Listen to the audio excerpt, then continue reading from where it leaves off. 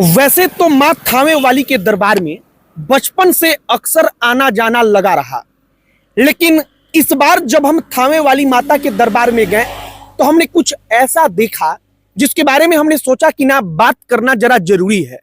इसीलिए रोड के किनारे खड़े होकर विशेष तौर पर हम ये वीडियो बना रहे हैं। वीडियो इसलिए बनाना पड़ा क्योंकि हमने देखा कि उस माता रानी के दरबार में जहां सैकड़ों हजारों लोग भक्त जो हैं रोज पूजा करने जाते हैं, वहां पर मंदिर में जब आप फूल वाला प्रसाद लेकर आगे जाते हैं तो सबसे पहले वहां पर बार बार इस बात का घोषणा किया जाता है कि जो चढ़ावा है, दान है, उसको हाथ में पकड़ाइए।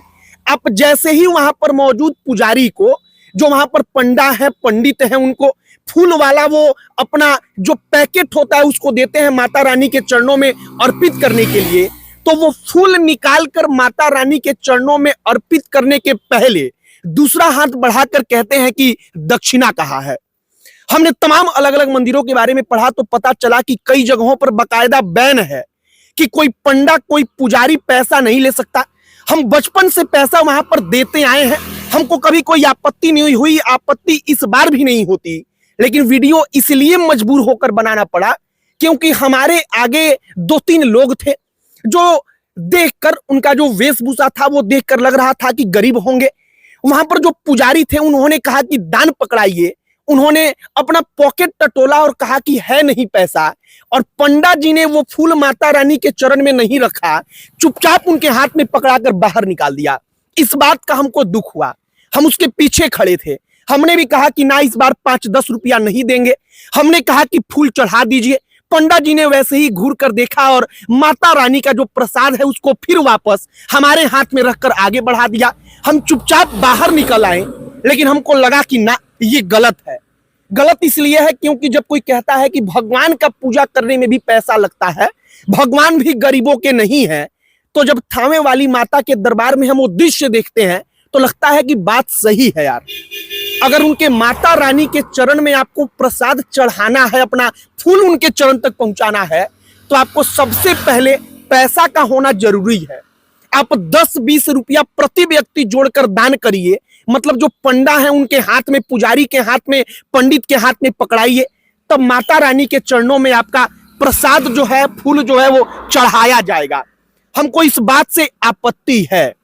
आपत्ति हमको इस बात से नहीं है कि कोई स्वेच्छा से जाकर 500 नहीं 5 लाख रुपया वहां पर उनके हाथ में रख दे, वो ठीक है।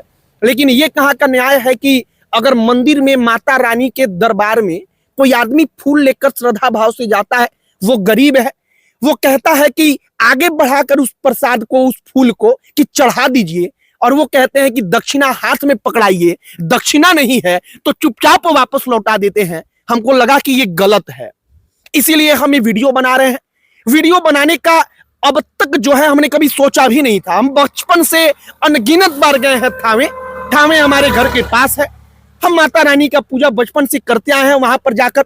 लेकिन इस बार जो हमने दृश्य देखा कि वो फूल नहीं चढ़ाया गया, हो सकता है कि पहले भी ऐसा हो रहा हो, हमारी कभी नजर इतनी गंभीरता से उस पर ना पड़ी हो कि कोई गरीब पैसा नहीं देता तो उसका फूल लौटा दिया जाता है। लेकिन इस बार हमने अपनी आंखों से देखा तो हमने उसी क्षण खड़े खड़े सोचा कि हम भी पैसा नहीं देंगे, और हुआ वही कि हमारा भी फूल माता रानी के चरण में नहीं गया, वो फूल वहां से हाथ में लौटा दिया गया।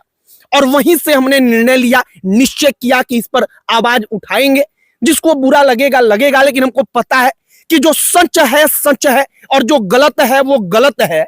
और तमाम मंदिरों में हम तो कहेंगे कि एक स्ट्रिक्टली कानून होना चाहिए, और कई सारे मंदिरों में है ऐसा कि आप किसी पंडित को, पंडा को हाथ में पैसा नहीं दे सकते।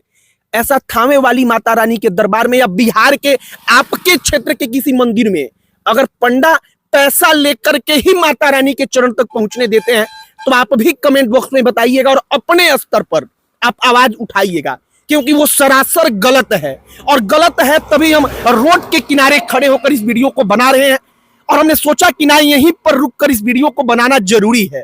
जो हमारे मन की व्यथा है, शायद वो कई लाख लोगों के मन की व्यथा है जो भक्त बनकर किसी भगवान के चरण में प्रसाद चढ़ाने जाते हैं, लेकिन वहां पर उनको पता चलता है कि फूल ज्यादा इंपॉर्टेंट नहीं, जरूरी नहीं, बल्कि उससे ज्यादा जरूरी है कि आप वहां पर पंडा जो खड़े हैं उनके हाथ में कितना चढ़ावा देते हैं। बाकी आप अपना अनुभव जो है थामे वाली माता का जो मंदिर है वहां का अनुभव या अपने क्षेत्र के किसी मंदिर का अनुभव कमेंट बॉक्स में जरूर लिखकर बताइएगा। हमारा नाम मोहित कुमार सिंह है। बहुत बहुत धन्यवाद।